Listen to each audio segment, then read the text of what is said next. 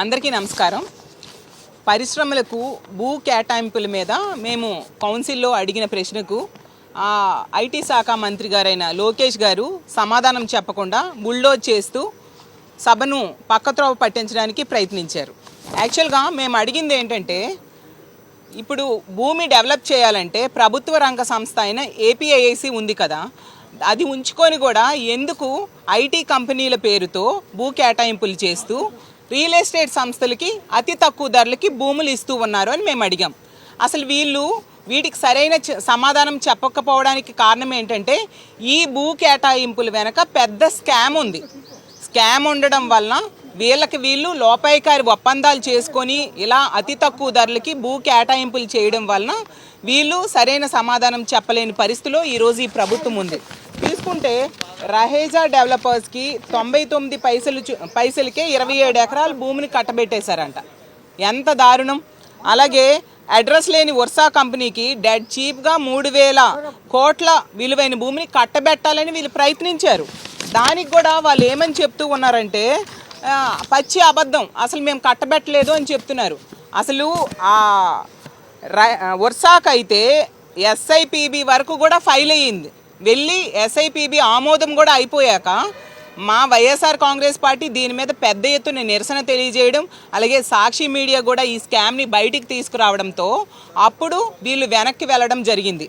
వాళ్ళకి మేము అడిగామన్నమాట, ఇది కంటిన్యూ చేస్తారా అంటే ఇక ముందేనా ఎప్పుడైనా ఇవ్వకుండా ఉంటారా అనేది మాత్రం వాళ్ళు సమాధానం చెప్పట్లేదు. ప్రజల నుంచి తీవ్రమైన వ్యతిరేకత రావడంతో అక్కడితో కొంతవరకు టెంపరీగా ఆపిన పరిస్థితి. అలాగే రియల్ ఎస్టేట్ సంస్థ సత్వా డెవలపర్స్కి డెడ్ చీప్గా 1500 కోట్ల రూపాయల విలువైన భూమిని కట్టబెట్టడం జరిగింది. ఇది స్కామ్ కాదా అని నేను అడుగుతూ ఉన్నాను. అలాగే కపిల్ చిట్ ఫండ్కి చెందిన బీవీఎం ఎనర్జీకి మరో 1500 కోట్ల రూపాయల విలువైన భూమిని డెడ్ చీప్గా కట్టబెట్టారు. ఇది స్కామ్ కాదా అని నేను అడుగుతూ ఉన్నాను. అసలు విశాఖపట్నం తీసుకుంటే మన రాష్ట్రంలోనే కాదు, దేశంలోనే కాదు, ఏషియా మొత్తం మీద అత్యంత శరవేగంగా అభివృద్ధి చెందుతున్న నగరం.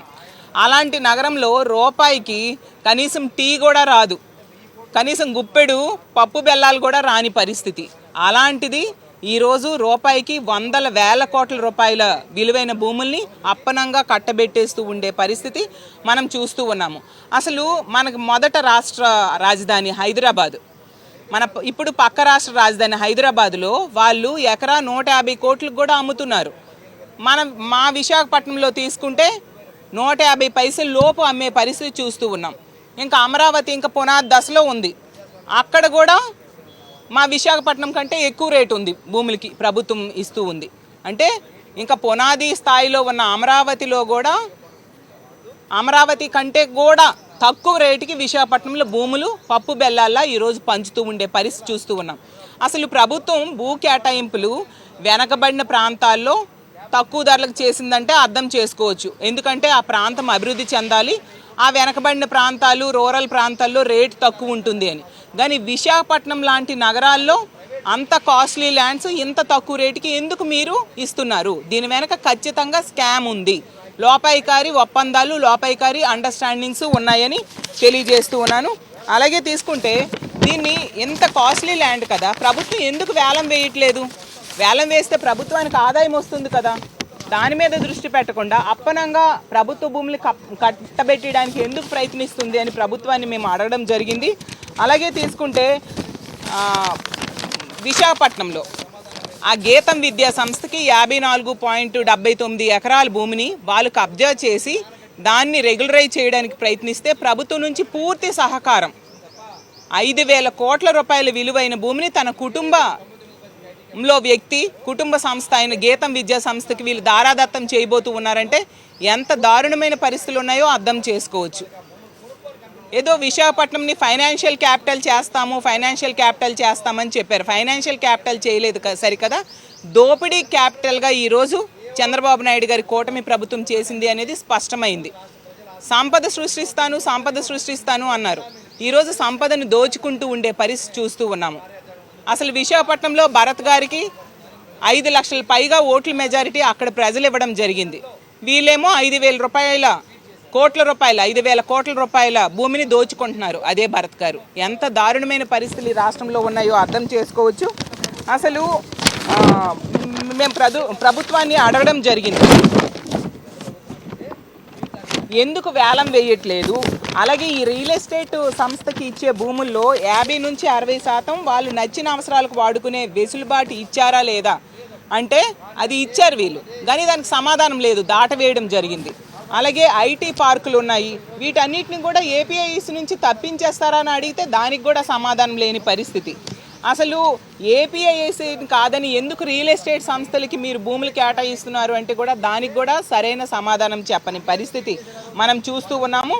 అసలు ఎంఎస్ఎంఈ పార్కుల డెవలప్మెంట్ కూడా తయారు చేయడం కూడా వీళ్ళు ఎందుకు ప్రైవేట్ డెవలపర్స్కి ఇస్తున్నారు అనేది కూడా సమాధానం చెప్పలేదు.